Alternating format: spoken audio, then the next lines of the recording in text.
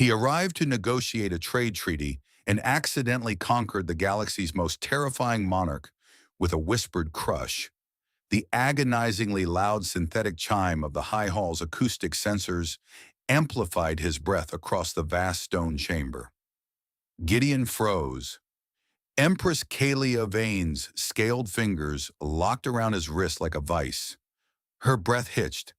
A deep, iridescent indigo flushed up her neck ridges, and her secondary heart began to hammer against her armored ribs with terrifying speed. It was pure emotional whiplash.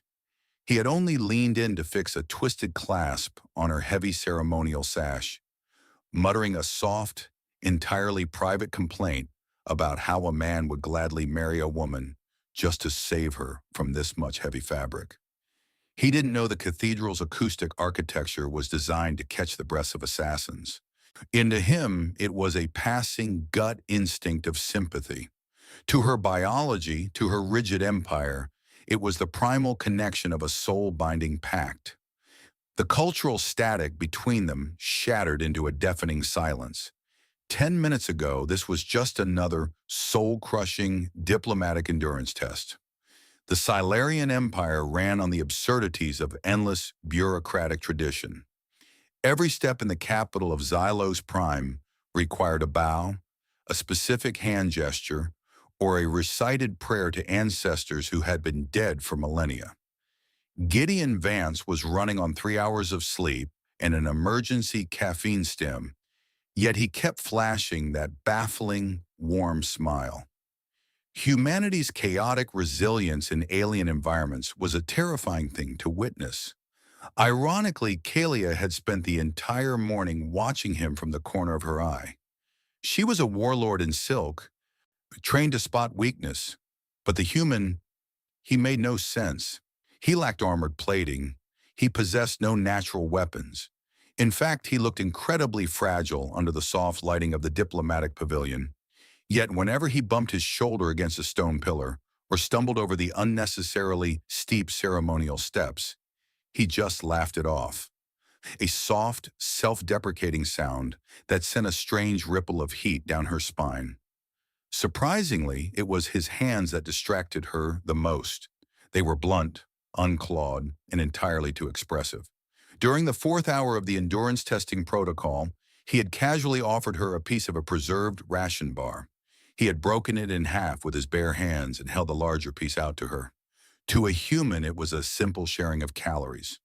To a Silurian, an offering the largest portion of a hunt to a monarch was a deeply intimate gesture of fealty.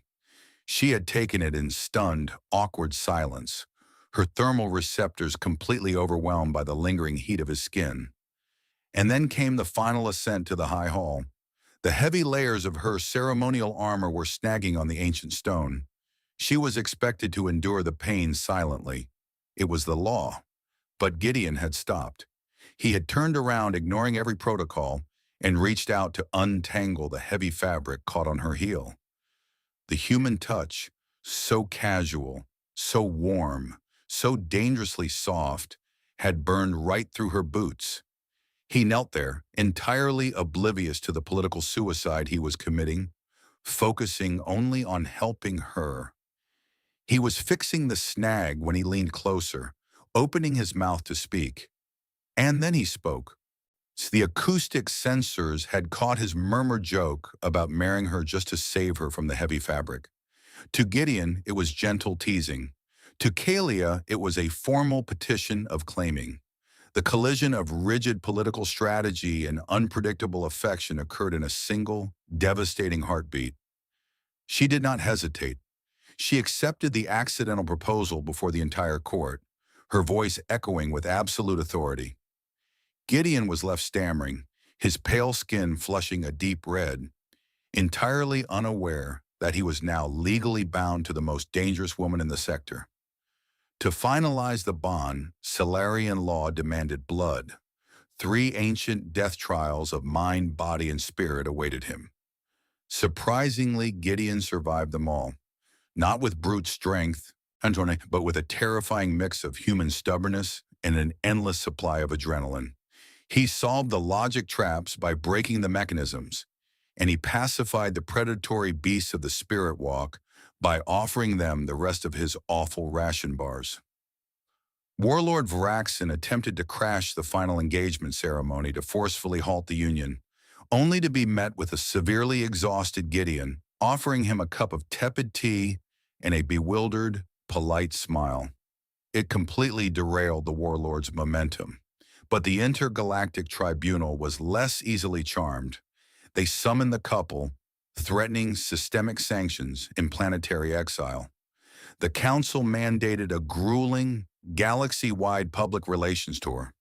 It was supposed to be a punishment, a way to humiliate the strange pairing into submission. And it turned out to be the greatest mistake the council ever made. Cultural subversion through media and public perception became humanity's sharpest tool. Gideon did not fight the hostile reporters. He simply sat next to Kalia on broadcast feeds, gently adjusting her ceremonial collars, laughing at his own cultural ignorance, and looking at her with an unprotected, raw warmth. The galaxy watched in stunned silence as the terrifying Empress leaned into his touch, her scales softening to a pale indigo. They said a cross-species marriage would start a war. Instead, it sparked a revolution. The public sentiment grew overwhelmingly positive. The alien populace had never seen a warlord looked at with such gentle devotion. Overwhelmed by the massive approval ratings, the tribunal unanimously ratified the marriage. Gideon transitioned smoothly into a galaxy-roaming ambassador, his very existence permanently subverting ancient interstellar protocols. He did not carry weapons. He carried empathy. In fact, their true victory happened far away from the cameras. They stood together in the quiet observation deck of a private orbital station, officially solidifying their alliance while observing the clouds of Xylos Prime below. The grand ceremonies were over. Kalia rested her head against his shoulder, a low, contented hum vibrating from her secondary heart.